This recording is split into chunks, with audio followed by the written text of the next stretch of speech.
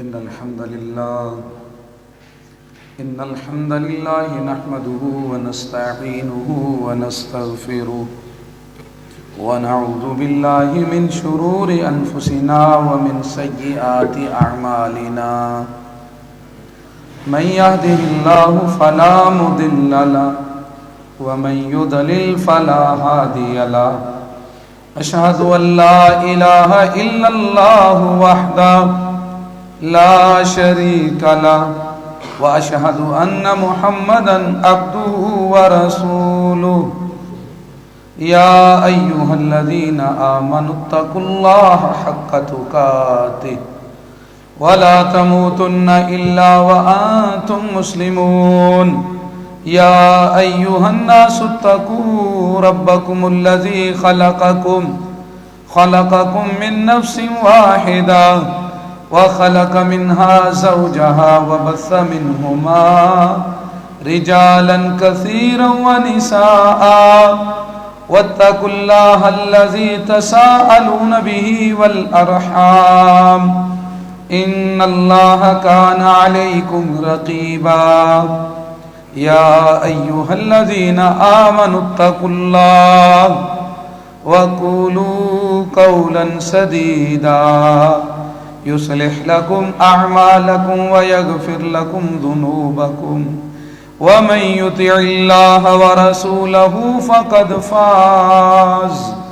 فقد فاز فوزا عظيما أما بعد فإن خير الحديث كتاب الله وخير الهدي هدي محمد صلى الله عليه وآله وسلم وشر الأمور محدثاتها وكل محدثة بدعة وكل بدعة ضلالة وكل ضلالة في النار. أعوذ بالله من الشيطان الرجيم من همزه ونفخه ونفسه. قال الله تبارك وتعالى في القرآن المجيد والفرقان الحميد اتبعوا ما أنزل إليكم من ربكم ولا تتبعوا من دونه أولياء قليلا ما تذكرون.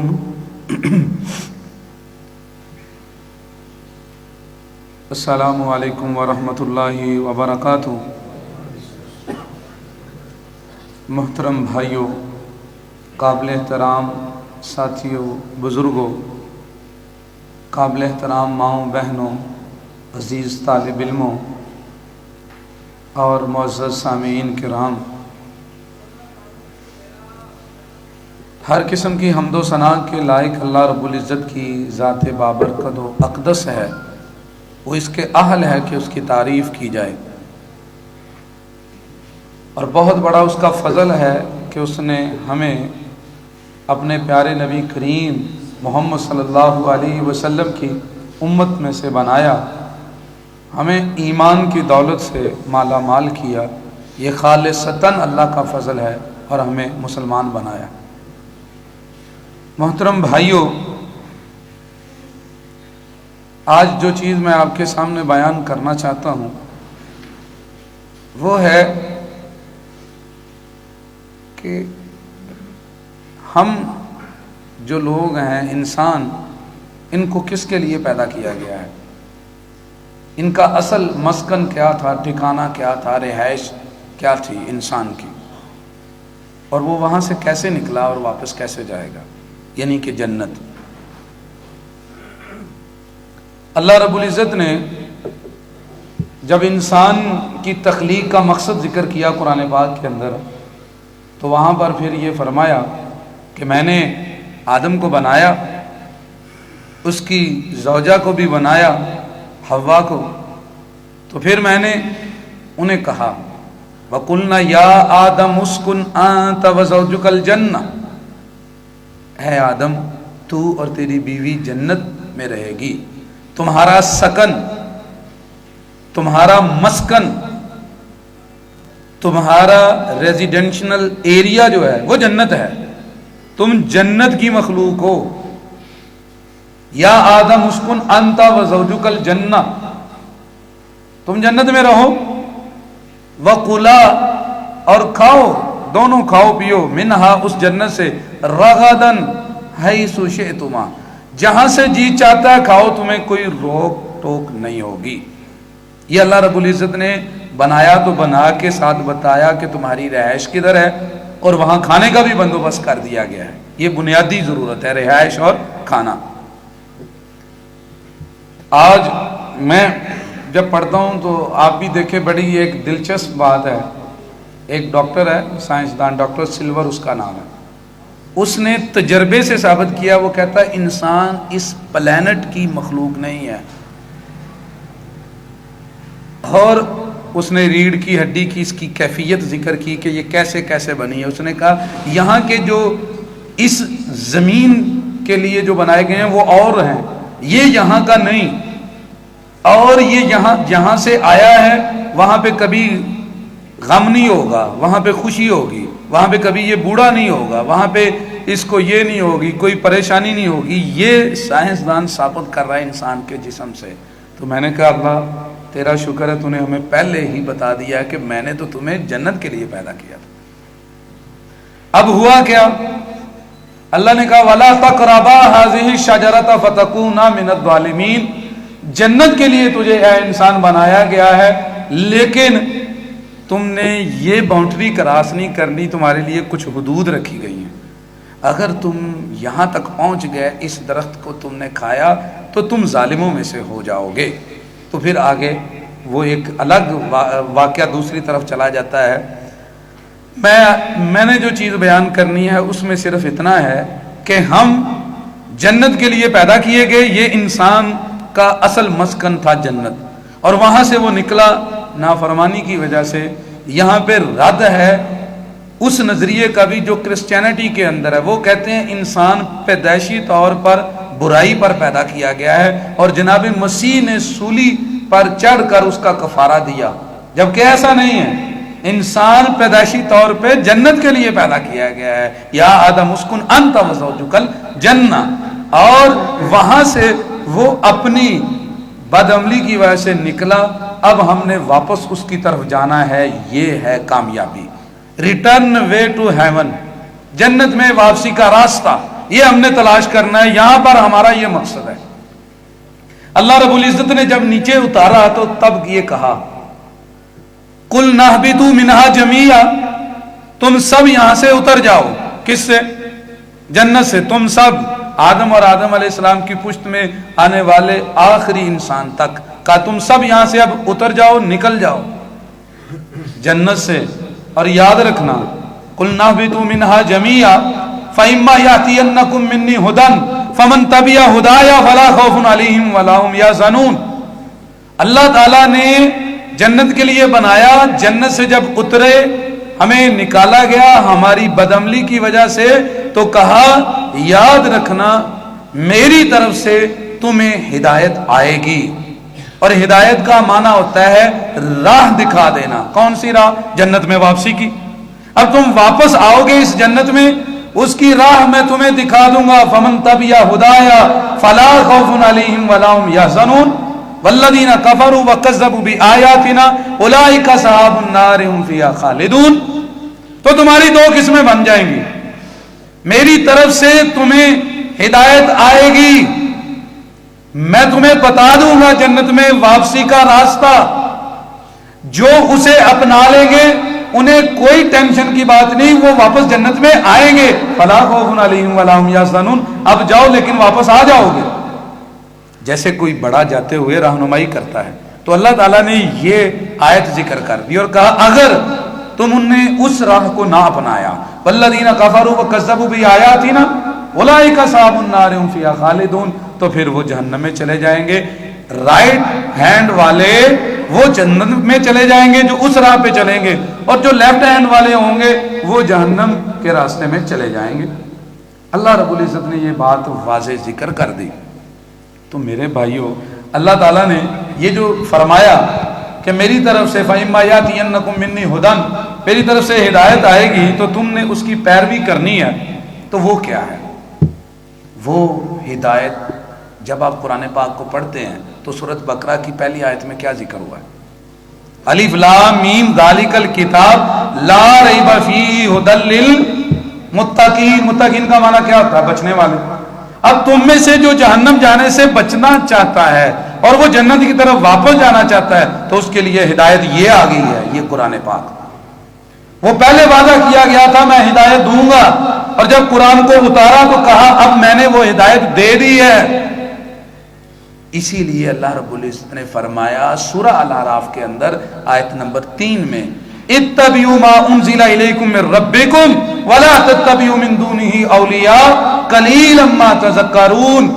اے انسانوں، واپس جنت میں آنے کے لیے جو راستہ میں نے تمہیں دے دیا ہے، ہدایت یعنی وہ راہ جو میں نے تمہیں دکھا دی ہے، وہ ہے اللہ تعالیٰ کی وحی. وہ راستہ کس میں ہے؟ اللہ کی وحی کے اندر. اسی لیے یہ آرڈر، یہ کانسٹیٹیوشن بنا دیا اتبعوا ما انزل الیکم من ربکم، تم اپنے رب کی طرف سے نازل کردہ وحی کی پیروی کرتے رہنا. ولا تتبعوا من دونہ اولیاء، اس کے علاوہ اور جو اولیاء ہیں اور جو قرابت والے ہیں، تمہارے قریبی ہیں، ان کی طرف نہ جانا. تم نے صرف اور صرف وحی کی پیروی کرنی ہے. اور ساتھ کہا قلیلا ما تذکرون، لیکن تمہیں نصیحت تھوڑی ہی اثر کرتی ہے، تم اثر تھوڑا ہی لیتے ہو. بتا تمہیں دیا گیا ہے کہ تمہارا جنت میں واپسی کا رستہ وہ وحی کے اندر ذکر ہے. اس کے بعد اگلا کویسچن آتا ہے اس کے اوپر کہ پھر جنت میں جانے کا رستہ وحی میں ہے تو وحی کیا ہے؟ یہ سوال آتا ہے. ایک ترتیب سے ہم بات کو چلا رہے ہیں تو سوال پیدا ہوتا ہے وحی کیا ہے؟ وحی ہے اللہ تعالیٰ کا فرمان اور محمد الرسول اللہ صلی اللہ علیہ وسلم کی بات. اللہ کا کلام اور رسول اللہ صلی اللہ علیہ وسلم کا کلام، یہ وحی ہے. دونوں وحی ہیں. اس کی دلیل ایک میں آپ کو جرنل پہلے پیش کرنے لگا ہوں. وحی قرآن اور حدیث دونوں جہاں پہ جرنیٹ ہوتے تھے، جہاں پہ یہ بنتے تھے، وہ منبع سرچشمہ قلب محمد تھا صلی اللہ علیہ وسلم. یہاں پہ دونوں چیزیں پیدا ہوتی تھی. اور جہاں سے یہ نکلتے تھے قرآن اور حدیث، مخرج وہ لسان محمد ہے صلی اللہ علیہ وسلم. دونوں کے بننے کی جگہ بھی ایک ہے اور دونوں کا مخرج بھی ایک ہے. نتیجہ یہ نکلا دونوں کا حکم بھی ایک ہے، وہ ہے ان کی پیروی کرنا، وہ ہے قرآن اور حدیث. قرآن میں اللہ تعالیٰ نے ذکر فرمایا وَإِنَّهُ لَتَنزِيلُ رَبِّ الْعَالَمِينَ، یہ اللہ رب العزت کی طرف سے وحی نازل ہوئی ہے. نازل بہ الروح الامین، اسے روح الامین نے، روح الامین کیا ہے یہ بھی ایک بہت بڑا ٹاپک ہے اور دنیا کے ہر مذہب میں روح کا ذکر ہوا ہے، کرسچینٹی میں بھی بہت زیادہ ہے. اس کو روح الامین نے ذکر جو ہے وہ نازل کیا ہے علی قلبی کا، اے نبی پاک آپ کے دل کے اوپر. نازل بہ الروح الامین علی قلبی کا لتکون من المنذرین، تاکہ آپ لوگوں کو آواز اور نصیحت کریں اس کے ذریعے، وحی کے ذریعے. کیوں؟ کیونکہ وہ جنت میں واپس آ سکیں. اور اگلی آیت میں بلسان عربی مبین، اور یہ زبان بھی عربی ہے جو واضح ہے. آگے اگلی آیت ایک اور ہے وَإِنَّهُ لَفِي زُبُرِ الْأَوَّلِينَ، اللہ تعالیٰ نے فرمایا یہ ہم نے پہلے سکرپچروں میں ذکر کیا ہوا ہے، پہلی کتابوں میں بھی یہ بات میں نے ذکر کر دی ہے. تو پہلی کتابوں میں ویسے تو ہندو دھرم میں بھی بہت کچھ ہے، لیکن جن کو سارے مانتے ہیں کہ جو الہامی مذاہب ہیں ان کی آج جو بائبل پڑھی ہوئی، آپ نے کسی کرسچن کے پاس جا کے عیسائی سے بائبل اٹھائیں اور دیکھیں، اس میں کتاب کا نام ہے یرمیا، بعض اسے علمیہ بھی پڑھتے ہیں. دونوں میں سے کسی نسخے میں کچھ لکھا ہوگا، کسی میں کچھ. کتاب یرمیا ہے، اس کا چیپٹر 31 ہے اور اس کا ورسز ہے 33. 31 نمبر باب میں 33 نمبر آیت. اللہ تعالیٰ نے فرمایا وہ عہد جو موسیٰ سے میں نے کیا تھا وہ میں بدلوں گا. پہلے میں نے لکھ کر وحی دی تھی تختیوں پہ، اب میں اپنی شریعت ذہنوں میں اتاروں گا اور دل پہ نقش کروں گا. یہ میرا دستور چینج ہوگا. آج بھی بائبل میں اسی طرح ترجمہ لکھا ہوا، اور یہ ہے اس آیت کا مطلب وَإِنَّهُ لَفِي زُبُرِ الْأَوَّلِينَ، کہ یہ جو ہم نے وحی اتاری ہے، ہم نے پہلی کتابوں میں بھی اس کا تذکرہ کیا ہوا ہے. اب یہ چینج ہوگی اور یہ محمد رسول اللہ صلی اللہ علیہ وسلم کے دل پہ اترے گا. پہلے لکھ کر دی گئی تھی موسیٰ علیہ السلام کو.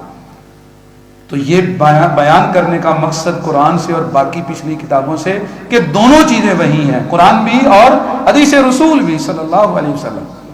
پھر اس کے بعد اللہ رب العزت نے ذکر فرمایا کہ اے نبی کریم کل، آپ انہیں بتائیے کہ میں جو تمہیں واعظ و نصیحت کرتا ہوں تو پیچھے بیس کیا ہے؟ قل انما انذرکم بالوحی، اے لوگوں مسلمانوں میں تمہیں وحی الہی کے ذریعے واعظ نصیحت کرتا ہوں۔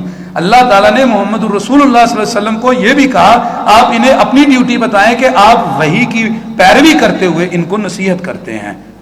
تو رسول اللہ صلی اللہ علیہ وسلم قرآن و حدیث دونوں سے وحی نصیحت کرتے تھے، لہذا دونوں ہی وحی ہیں۔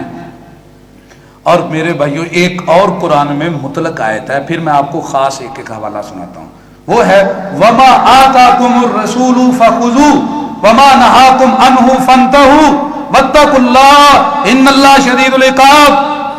تمہیں جو بھی محمد رسول اللہ صلی اللہ علیہ وسلم دیں گے، یہ نہیں کہنا ہم قرآن مانتے ہیں حدیث نہیں مانتے۔ آج یہ فتنہ بہت زیادہ پھیل رہا ہے نبی کریم صلی اللہ علیہ وسلم کی بات کو چھوڑنے کا، انکار حدیث کا۔ وہ کہتے ہیں قرآن ہمارے پاس ہے کافی ہے، نبی کریم صلی اللہ علیہ وسلم کی بات نہ بھی ہو، یاد رکھیں اللہ نے ہی قرآن میں کہا ہے وہ تمہیں جو دیں گے، ما عربی میں ایو شیئن نکرہ تاما اسے کہا جاتا ہے عربی گرامر میں، جس کا مطلب ہے جو کچھ وہ تمہیں دیں گے وہ تم نے لینا ہے۔ یہ تھے مطلق دلائل میں نے آپ کے سامنے رکھے۔ اب ایک خاص دلیل قرآن اور حدیث کی بھی بتا دیتا ہوں۔ اللہ نے قرآن میں کہا نبی کریم صلی اللہ علیہ وسلم کو آپ بتائیے قل انما اوحی الی ھذا القرآن، انہیں بتائیں یہ قرآن بھی میرے اوپر وحی ہوا ہے۔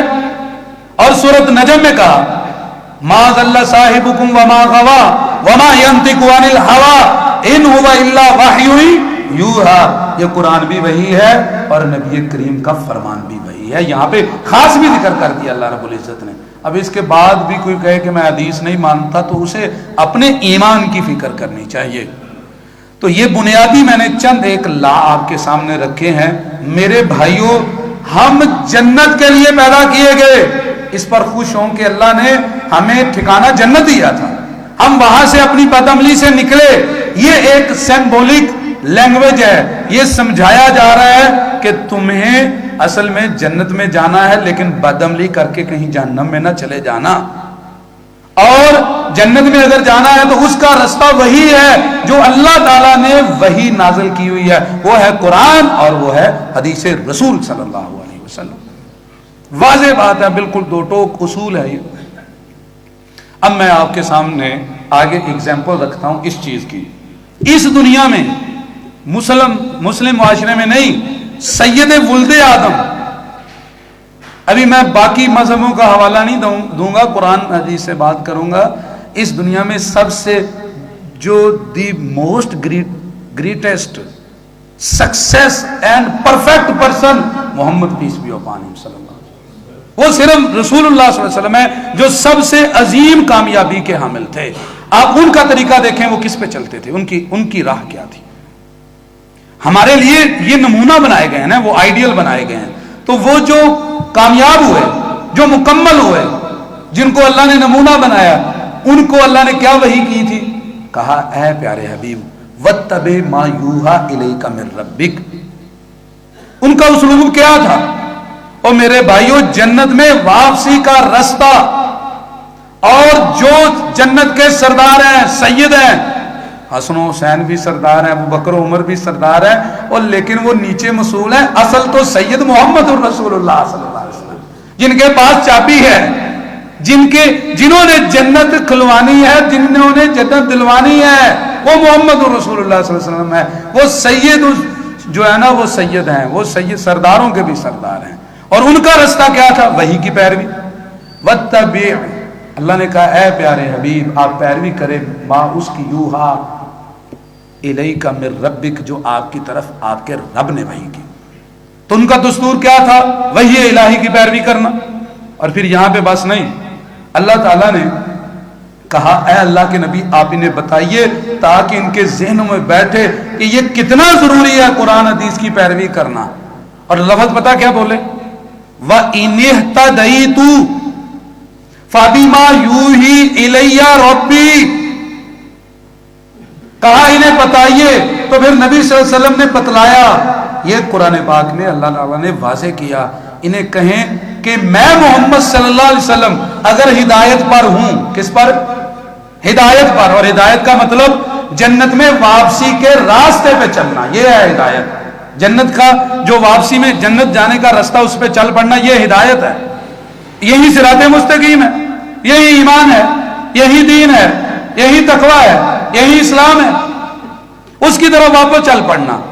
تو فرمایا یہ جو میں جنت کی طرف واپس جا رہا ہوں، اس کے پیچھے ریزن ایک ہے، فَبِمَا يُوحِي إِلَيَّ رَبِّي، میرا رب مجھ پہ وحی کرتا ہے. قرآن میں اللہ تعالیٰ نے یہ فیصلہ کیا ہوا. کس لیے؟ تاکہ ہمیں بھی یہ سمجھ آ جائے اگر ہدایت حاصل کرنی ہے تو وحی کی طرف آنا پڑے گا. اور پھر ساتھ میں یہ کہا، اللہ تعالیٰ نے نبی کریم صلی اللہ علیہ وسلم کو حکم دیا، کہا اے پیارے حبیب آپ صراط مستقیم پر ہیں. کس پر ہیں؟ آپ بھی صراط مستقیم پہ گامزن ہونا چاہتے ہیں کہ نہیں؟ کیوں جی؟ تو چاہتے ہیں صراط مستقیم پہ جنت جانا چاہتے ہیں نا. وہ نہ ہو گئے جی ہم نے تو جمعے کے بعد دکان کھولنی تھی، آپ ابھی جنت لے کر جائیں. تو جنت جانے کا مطلب ہے انشاءاللہ کامیاب ہوگا. تو جنت میں جانا چاہتے ہیں صراط مستقیم پر، تو اللہ تعالیٰ نے ذکر کیا وَاسْتَمْسِكْ بِمَا أُوحِيَ، اے نبی کریم آپ مضبوطی سے تھامے رکھنا وحی کو. کس کو؟ نبی کریم صلی اللہ علیہ وسلم کو اللہ تعالیٰ ہدایت کر رہے ہیں. آپ نے نہیں چھوڑنا وحی الہی کو. کیوں؟ اِنَّكَ عَلَىٰ صِرَاطٍ مُسْتَقِيمٍ، اِنَّكَ عَلَىٰ صِرَاطٍ مُسْتَقِيمٍ، کیونکہ آپ صراط مستقیم پر ہیں. اور جو صراط مستقیم پر ہوتا ہے وہ وحی کی پیروی نہیں چھوڑتا. قرآن تو بول بول کے کہہ رہا ہے اِنَّكَ عَلَىٰ صِرَاطٍ مستقیم. اور پہلے میں کیا کہا اس سے پہلے؟ وَاسْتَمْسِكْ بِالَّذِي أُوحِيَ، آپ نے اسے پکڑنا ہے جو اللہ نے آپ کی طرف وحی کی ہے، کیونکہ آپ صراط مستقیم پر ہیں. نتیجہ کیا نکلا؟ او میرے بھائیو، صراط مستقیم تب ملے گا جب آپ وحی کے پیروکار بنیں گے. اور وحی الہی قرآن اور حدیث ہے بس.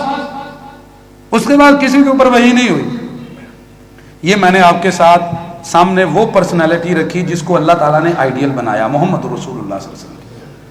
اب جنت میں جانے والا سب سے پہلا قافلہ ہم اسے دیکھتے ہیں، وہ کون سا ہے؟ سب سے پہلا قافلہ جو اس امت کا جنت میں گیا اور ان کو لے کر گئے محمد الرسول اللہ صلی اللہ علیہ وسلم، وہ ان کے گائیڈ تھے. اور وہ قافلہ تھا اصحاب رسول کا، اہل بیت کا. وہ قافلہ جو نبی صلی اللہ علیہ وسلم جنت میں لے کے گئے ہیں، جو آپ کا کرن ہے. نبی صلی اللہ علیہ وسلم نے جس کے بارے میں کہا خیر القرنی کرمی، سب سے بہترین زمانہ وہ ہے جو میرا زمانہ ہے. یہ رسول اللہ صلی اللہ علیہ وسلم کا فرمان صحیح بخاری شریف میں ہے. تو وہ لوگ جن کو اللہ نے کہا رضی اللہ عنہ و رضوا عنہ، جنہیں سرٹیفکیٹ جنت کے الاٹ کیے گئے، وہ لوگ جو تھے ان کا منہج کیا تھا، وہ کس کی پیروی کرتے ہیں. اب میں آپ کو وہ آپ کے سامنے چند ایک مثالیں رکھتا ہوں. تو پھر سنیے، صحیح بخاری شریف میں حدیث موجود ہے. نبی کریم صلی اللہ علیہ وسلم کا تیار کردہ پہلا جنتی قافلہ اصحاب رسول کا، اہل بیت کا، وہ جس رستے پہ چل رہے تھے وہ کیا ہے؟ صحیح بخاری شریف میں ہے، عمران بن حسین صحابی رسول وہ منہج بیان کر رہے ہیں اور ایک فیصلہ تنظیمی کر رہے ہیں عمر بن الخطاب رضی اللہ تعالیٰ عنہ. کون؟ عمر بن الخطاب، جن کا جو چلتے ہیں تو شیطان رستہ چھوڑ جاتا ہے، جو بولتے ہیں تو قرآن بنتا ہے، جو خلیفہ ثانی ہیں، جن کے اصول آج بھی بہت سارے غیر مسلموں نے اپنا لا بنایا ہوا ہے، جن کے بارے میں یہ لکھا گیا اگر اسلام میں دوسرا عمر ہوتا تو دنیا میں کوئی اور مذہب نہ ہوتا، وہ عمر رضی اللہ تعالیٰ عنہ. جو کتاب لکھی گئی محمد رسول اللہ صلی اللہ علیہ وسلم کے اوپر، غیر مسلم نے لکھی، 100 نامور شخصیتیں اس کا ترجمہ ہے. تو وہ 100% پرسنالٹی جو اس نے ذکر کی، اس میں مسلمانوں میں سے صرف 2 ہیں. نمبر 1 پہ محمد رسول اللہ صلی اللہ علیہ وسلم، اور 50 کے بعد 53-51 پہ عمر ابن الخطاب ہے، اور کوئی نہیں ہے. وہ عمر ابن الخطاب رضی اللہ عنہ. انہوں نے ایک تنظیمی فیصلہ کیا. انہوں نے کہا حج تمتع. حج تمتع کا مطلب ہے آپ یہاں سے جائیں، عمرہ کر کے احرام کھولیں، 8 ذوالحجہ کو دوبارہ حج کے لیے احرام باندھیں، باندھیں اور عمرے کے بعد حج تک درمیان میں فائدہ بھی اٹھاتے رہیں اور پابندیوں سے آزاد ہو جائیں۔ انہوں نے کہا کچھ مسائل کو مد نظر رکھتے ہوئے، کیونکہ خلیفہ اور حکومت کے لیے کچھ مسائل بھی ہوتے ہیں، یہ دینی معاملات شریعت سے ہٹ کر کچھ تنظیمی مسئلے بھی ہوتے ہیں جس کو تنظیم سازی کہا جاتا ہے۔ انہوں نے کہا حج تمتع کوئی نہیں کرے گا۔ اب آپ دیکھیے کہ ایک آدمی صحابی تربیت کتنی ہے اس قافلے کی، عمران بن حسین، جو عشرہ مبشرہ میں بھی نہیں ہے اور خلیفہ بھی چاروں میں سے نہیں۔ اب وہ کیا کہہ رہے ہیں بندے نے آ کے پوچھا جی حضور بتائیے حج تمتع کر لوں کہ نہیں؟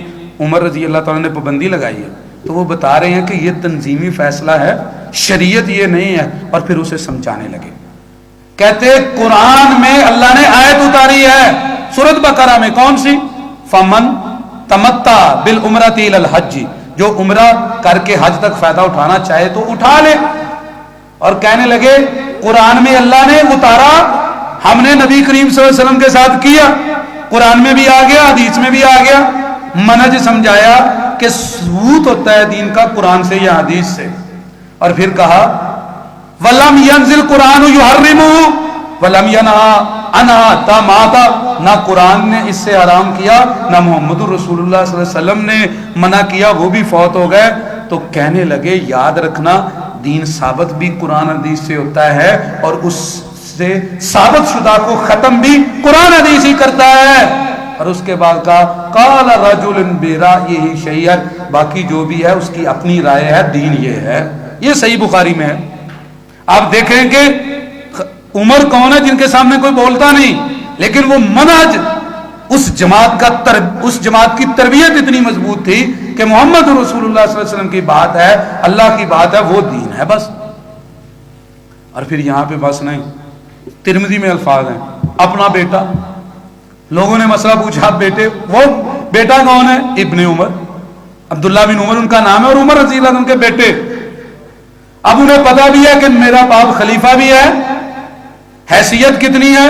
نبی کریم صلی اللہ علیہ وسلم نے عبداللہ بن عمر کو بلا کے کہا اپنی بیوی کو طلاق دے، کیوں؟ تیرا باپ عمر کہتا ہے طلاق دے تو دے دو۔ وہ عمر اتنی حیثیت کے مالک ہیں۔ اس کے باوجود اب جب دین کا مسئلہ آ رہا ہے، نہ خلیفہ کے ساتھ جھگڑا کر رہے ہیں، نہ ہی اس کے ساتھ اختلاف بنا رہے ہیں، اور لوگوں کو سمجھا رہے ہیں کہ تنظیم سازی اور ہے، دین وہی ہے جو محمد رسول اللہ صلی اللہ علیہ وسلم لے کر آئے۔ بندہ آگے سے باز کرنے لگا تو عبداللہ بن عمر رضی اللہ تعالیٰ کہنے لگے، ترمذی کے الفاظ ہیں، کہنے لگے مجھے بتاؤ امر ابی نتبعو ام امر رسول اللہ، نبی نے صلی اللہ علیہ وسلم نے کیا سکھایا تھا، کیا کہا تھا ہم ان کی پیروی کریں کہ اپنے باپوں کی کریں؟ مجھے یہ بتا۔ اب بندے کو بھی سمجھ آ گئی، کہا منہج کیا پڑھا کے گئے تھے پیارے پیغمبر محمد رسول اللہ صلی اللہ علیہ وسلم، امر ابی نتبعو ام امر رسول اللہ، پیروی ہم کس کی کریں گے، ہمارا منہج کیا ہے؟ تو بیٹا منہج سکھا رہا ہے۔ اور میرے بھائیوں یہاں پہ بس نہیں، اہل بیت میں آپ دیکھیں علی رضی اللہ تعالیٰ عنہ کو اس کے بعد عثمان رضی اللہ تعالیٰ عنہ آئے، صحیح بخاری میں، انہوں نے بھی ایک فیصلہ کیا۔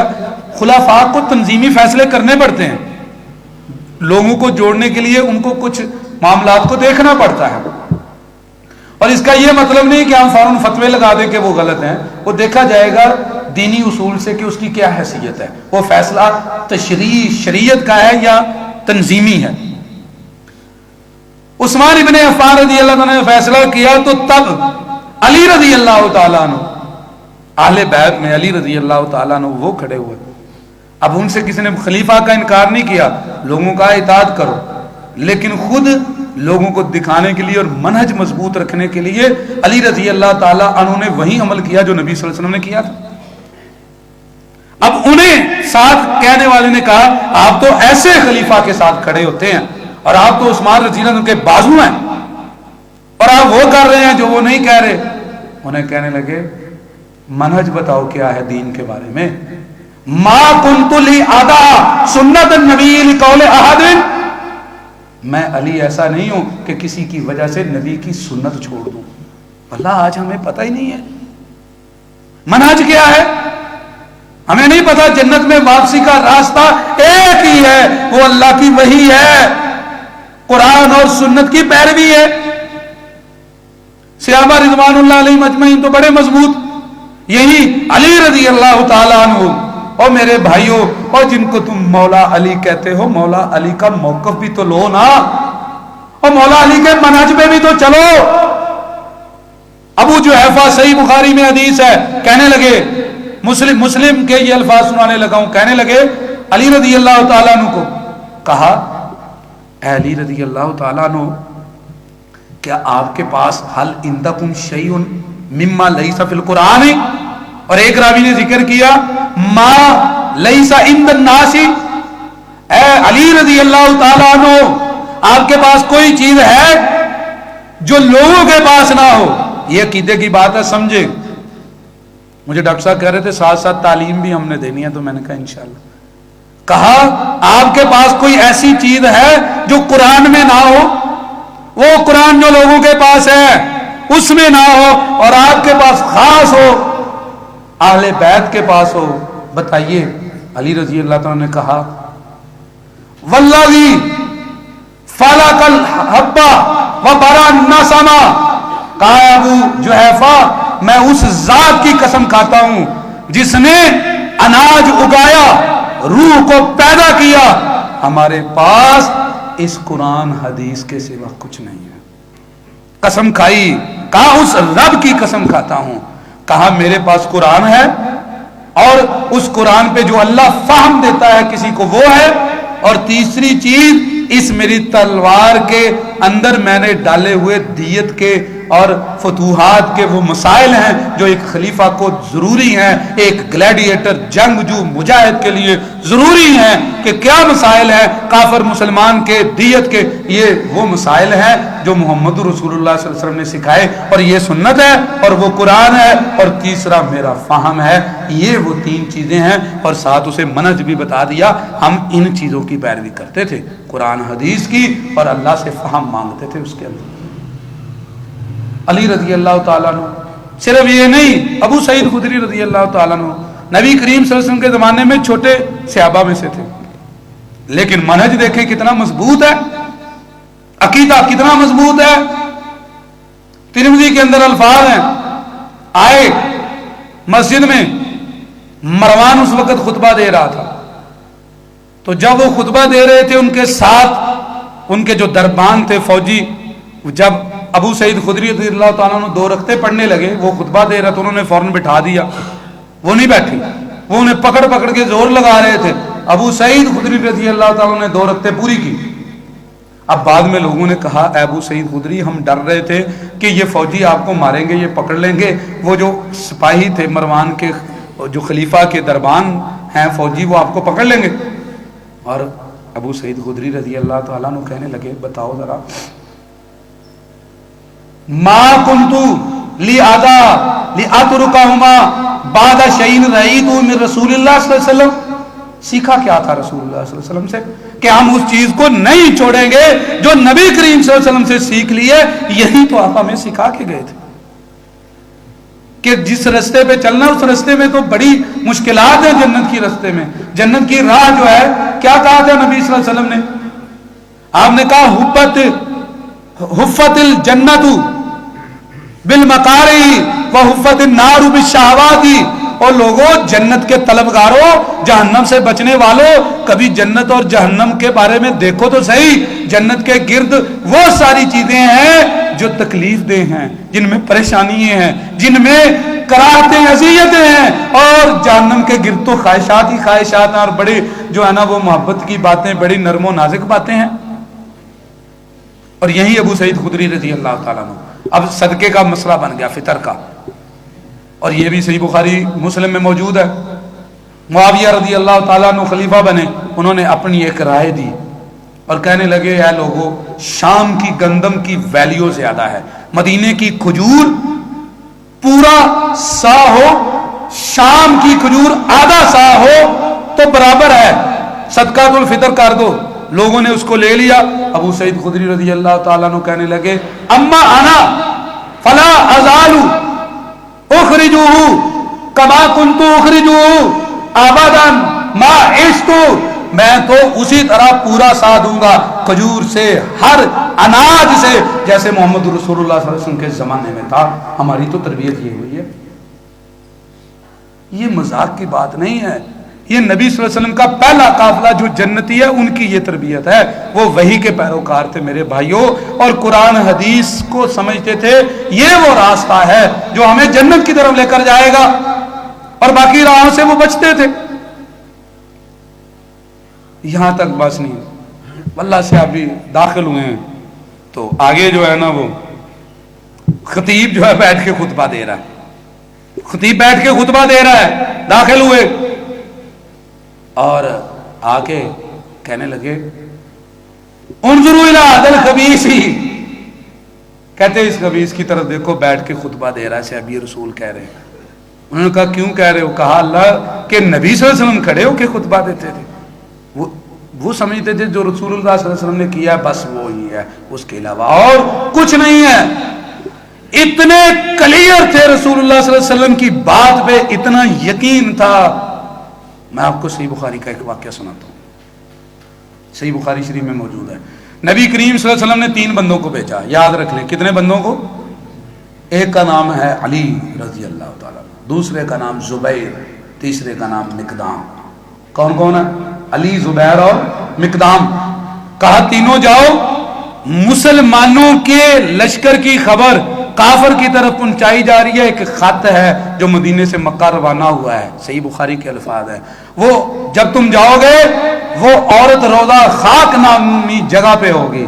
نبی کریم صلی اللہ علیہ وسلم کو اللہ وحی کر رہے ہیں، کوئی وہاں پر کوئی ٹیلی فون نہیں ہے، نہ ہی کوئی کیمرے لگے ہوئے ہیں۔ آپ نے کہا تمہیں وہ فلاں جگہ پہ ملے گی، کہا آپ اس کی نشانی بتائیں، کیا یہ نشانی ہے؟ وہ وہاں گئے، اسی جگہ جہاں نبی صلی اللہ علیہ وسلم نے فرمایا تھا وہاں اسی نشانی کی عورت تھی، مدینے سے دور۔ آپ صلی اللہ علیہ وسلم نے جب انہیں یہ پڑھا کے سمجھا کے بھیجا، وہاں جا کے کہنے لگے اپنا خط نکالو جو تمہارے پاس ہے۔ اب وہ کہتی نہیں میرے پاس تو کوئی خط ہے ہی نہیں۔ اب جن کا منہج مضبوط ہوتا ہے وہ کیا کرتے ہیں، کہنے لگے دیکھو ہماری بات ہو تو اور بات ہے، یہ کہنے والے وہ ہیں جو صادق الامین ہیں، یہ محمد رسول اللہ صلی اللہ علیہ وسلم نے کہا۔ ذرا سوچو تو صحیح، جب آپ دین کو چھوڑ رہے ہوتے ہو قرآن حدیث کو، یہ کتنا بڑا مسئلہ آ رہا ہوتا ہے ادب کے اوپر کہ یہ تو نبی کی بات چھوٹ رہی ہے۔ انہوں نے کہا لَتُخْرِجِنَّ الْكِتَابَ أَوْ لَنُلْقِيَنَّ الثِّيَابَ، 2 باتیں ہیں، خط نکال دے چپ چاپ، وگرنہ تیرے کپڑے اتار کے تیری تلاشی لیں گے، یہ ہو ہی نہیں سکتا کہ خط تیرے پاس نہ ہو۔ اس نے جوڑے کے نیچے سے خط نکال کے دیا، کہا یہ لو، کہا سناؤ۔ نبی صلی اللہ علیہ وسلم نے کہا تیرے پاس خط ہے، آپ نے مجھے بتاؤ کوئی پروف دیا، کچھ نہیں، نشانی بتائیے، آپ تھے بھی وہاں نہیں تھے، اور تھے بھی نہیں تھے، یقین کتنا ہے کہ نبی صلی اللہ علیہ وسلم نے کہا تو ہوگا، تو ہوا، خط لے کے واپس آئے۔ یہ تھے ہمارے آبا، یہ تھے وہ جن کی راہ پہ ہم نے چلنا تھا، یہ وہ تھے جن کے بارے میں اقبال نے کہا کہ اگر وہ ہل نہ سکتے تھے اگر جنگ میں اڑ جاتے تھے، ٹل نہ سکتے تھے اگر جنگ میں اڑ جاتے تھے، پاؤں شیروں کے بھی میدان سے اکھڑ جاتے تھے۔ بات ہی نہیں ہے، شیر میں وہ طاقت نہیں ہوتی تھی جو صحابی رسول کا مقابلہ کرے، وہ پیچھے ہٹ جاتا تھا۔ تجھ سے بگڑا کوئی، تجھ سے سرکش ہوا کوئی تو بگڑ جاتے تھے۔ تیغ کیا چیز ہے، ہم توپ سے لڑ جاتے تھے، اور یہ تلوار تو کچھ نہیں ہے، وہ توپ سے لڑ جاتے تھے۔ نقش توحید کا سینوں میں بسایا ہم نے، اور پھر آگے اقبال نے جو بات کہی ہے وہ اس سے بھی زیر خنجر بھی یہ پیغام سنایا ہم نے۔ یہ تمہارے آبا ہیں، وہ بات پہ مضبوط تھے، ان کا منہج کلیئر تھا، ان کی بات ایک تھی، اور وہ ڈٹتے تھے ایمان کے اوپر۔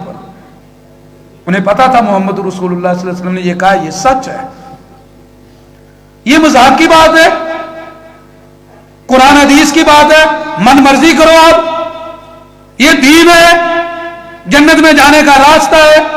بتاؤ کوئی اور ایک ہستی دکھاؤ جو محمد الرسول اللہ صلی اللہ علیہ وسلم کے قدم کی خاک برابر بھی ہو، نام تو لو ذرا. کیوں چھوڑے ہم ان کے دین کو؟ کیوں چھوڑے ان کی باتوں کو؟ کوئی اور ان جیسا ہے؟ اور آپ جس کو چاہے دین بنا لیں. اللہ قرآن میں کیا کہہ رہا ہے؟ اللہ تعالیٰ کا انداز دیکھیں. وحی کا مسئلہ ہے، دین کا مسئلہ بڑا شدت والا مسئلہ ہے. اللہ تعالیٰ اپنے نبی کریم صلی اللہ علیہ وسلم کو کیسے خطاب کرتے ہیں؟ کہتے ہیں تنزیل من رب العالمین، اے نبی یہ رب کی طرف سے وحی اتری ہے.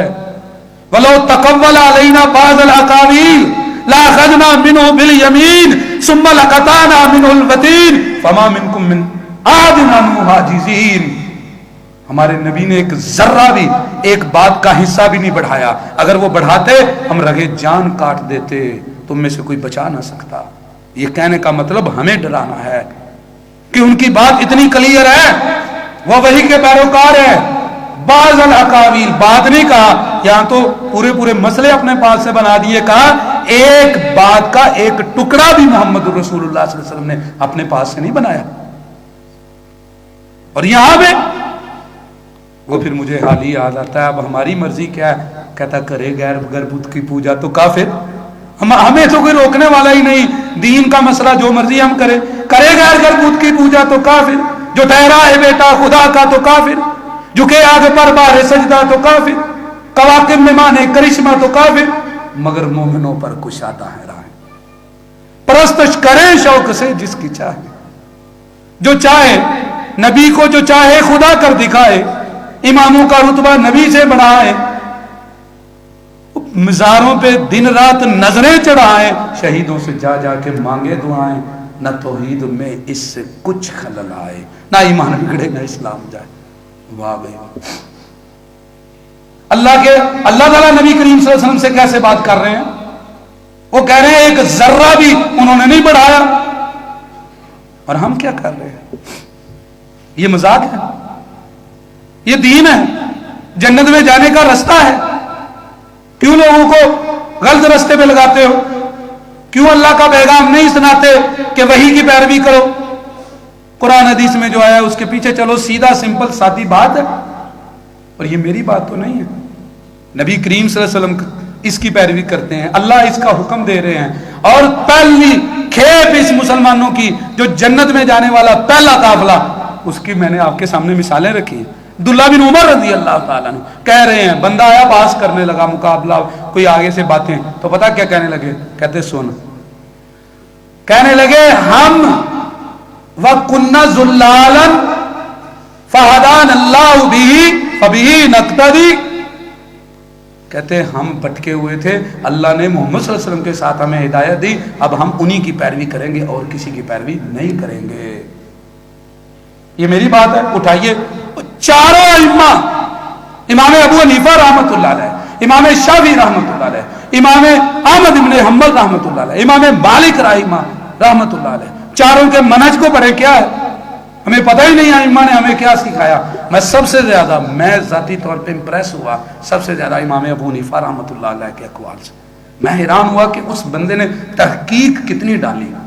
انہوں نے کہا فَإِذَا اِذَا صَحَّ الْحَدِيثُ فَهُوَ مَذْهَبِي، حدیث صحیح ہو تو وہ میرا مذہب ہے. انہوں نے کہا اذا قلت قولا يخالف کتاب اللہ وخبر الرسول فاتركوا قولی. انہوں نے اپنے شاگردوں کو یہ درس دیا، او میرے شاگردوں میں بات کروں تو دیکھنا قرآن حدیث کے اگر مخالف ہو تو میری بات چھوڑنا، رسول اللہ کی بات لینا اور اللہ کی بات لینا. انہوں نے کہا لا یحل لمن یفتی ان یفتی بقول حتی یعلم من این اخذناه. انہوں نے کہا کوئی اپنے آپ کو حنفی کہلانے والا فتویٰ نہ دے جب تک وہ یہ نہ جان لے کہ امام ابو حنیفہ کی دلیل کون سی ہے. یہ انہوں نے کہا. انہوں نے کہا اپنے شاگرد قاضی ابو یوسف کو، یعقوب ان کا نام ہے، امام زفر بیان کرتے ہیں، کہتے کہا ویحک یا یعقوب لا تکتب کل ما تسمع منی فانی اری اليوم رایا واترکہ غدا. اے قاضی ابو یوسف، اے یعقوب، تیرا استاد ابو حنیفہ رحمت اللہ علیہ تمہیں یہ نصیحت کرتے ہیں مجھ سے جو سنو نہ لکھنا جب تک دلیل کا پتہ نہ چلے. میں آج ایک بات کہتا ہوں، میرے سامنے نبی کی بات آئے میں اسے بدل دیتا ہوں اور اس کے اوپر اڑتا نہیں ہوں. اٹھائیں ہدایہ، اٹھائیں قدوری. کتنے مسائل ہیں 2/3 مسائل ایسے حوصلے والا مجھے ایک استاد بتلائے کہ امام ابو حنیفہ رحمۃ اللہ علیہ کی بات کے بعد آگے لکھا ہوتا ہے کہ قاضی ابو یوسف کہتے ہیں ایسے نہیں کرنا، امام محمد حسن کہتے ہیں ایسے نہیں کرنا۔ 6 مسئلوں میں سے 4 مسئلوں میں شاگردوں نے استاد کی مخالفت کی ہے، اور یہ آج بھی ہدایہ اور قدوری میں لکھا ہوا۔ کیوں کی؟ قرآن حدیث کی وجہ سے۔ یہ تربیت کی تھی ائمہ نے ان کی، تم نے دین بدل کے رکھ دیا، تم نے ائمہ نے جو بتلایا تھا وہ نہیں ہے ہمارا دین۔ وہ پھر مجھے حال ہی یاد آ رہا ہے، کہتا وہ دین جس سے توحید پھیلی جہاں میں، وہ دین توحید پھیلی جس سے جہاں میں، ہوا حق جلوہ گر زمین و زماں میں، رہا شرک باقی نہ وہم و گمان میں، وہ دین بدل گیا آ کے ہندوستان میں۔ وہ دین رہا ہی نہیں۔ ہمیشہ سے جس پہ اسلام تھا نازاں، وہ دولت بھی کھو بیٹھے آخر مسلمان۔ وہ دولت بھی ہم نے کھو دی، اور وہ یہ دولت تھی کہ ہم وہی کے پیروکار تھے۔ 4 ائمہ میں سے ایک امام بتائیں، جاؤ یہ چیلنج اس ممبر پہ کھڑے ہو کے کرتا ہوں، ایک امام بتائیں جس نے یہ کہا ہو میری بات ماننی ہے۔ انہوں نے کہا نہیں، ہم تمہارے لیے رہنمائی کریں گے، بات اللہ اور اس کے رسول صلی اللہ علیہ وسلم کی ہوگی، اور لوگوں یہ ہے جنت میں واپس جانے کا راستہ۔ اللہ سمجھ کے عمل کی توفیق عطا فرمائے۔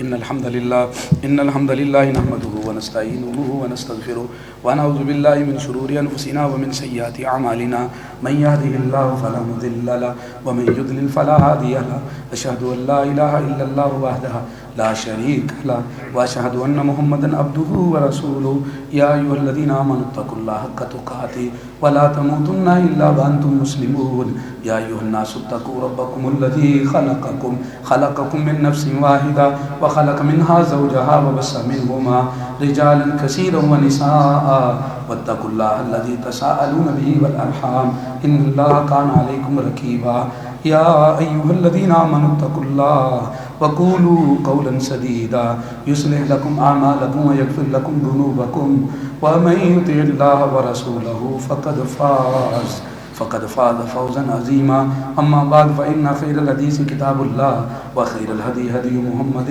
صلى الله عليه وسلم وشر الامور محدثاتها وكل محدثة بدعة وكل بدعة ضلالة وكل ضلالة في النار۔ محترم بھائیو، اللہ تعالیٰ سے دعا بھی کیا کریں کہ اللہ تعالیٰ ہمیں جنت میں واپسی کا جو راستہ وہ دکھائے۔ اللہ سے دعا کیا کرے اللہ تعالیٰ ہمیں اس پہ گامزن رکھے۔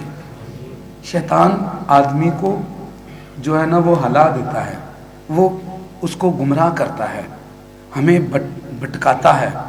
نبی کریم صلی اللہ علیہ وسلم نے فرمایا میرے دل پر غفلت آ جاتی ہے، میں ایک دن میں 70 سے 100 دفعہ استغفار کرتا ہوں۔ اس لیے اللہ سے معافی مانگ کے دعا کیا کریں کثرت سے کہ پروردگارا ہمیں قبول فرما اپنے دین کے لیے، اور ہمیں کامیاب فرما۔ اللہ سے لگاؤ پیدا کیا کریں اور رب سے مانگا کریں میرے بھائیوں۔